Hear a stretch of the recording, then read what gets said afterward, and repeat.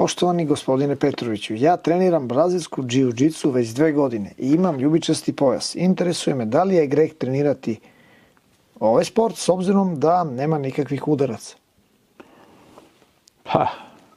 Bolje bi bilo da treniraš rad u bašti, da jašeš konja, da planinariš. Što se tiče tih borilačkih veština, po meni je najbolja Krav Maga.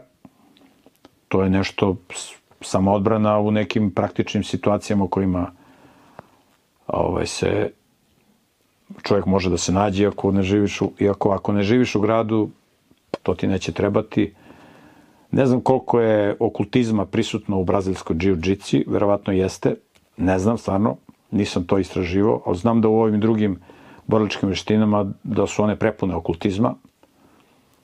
Tako da, ako baš hoćeš neku samoodbranu, preporučujem ti Krav Maga, iako uzmi komad zemlje, radi baštu, to ti je najbolji trening. Čitaj Sveto pismo, gledaj Pragmatikos, to ti je najbolja samoodbrana, da znaš kako da funkcionišeš u ovom svetu. To ti je moj savjet.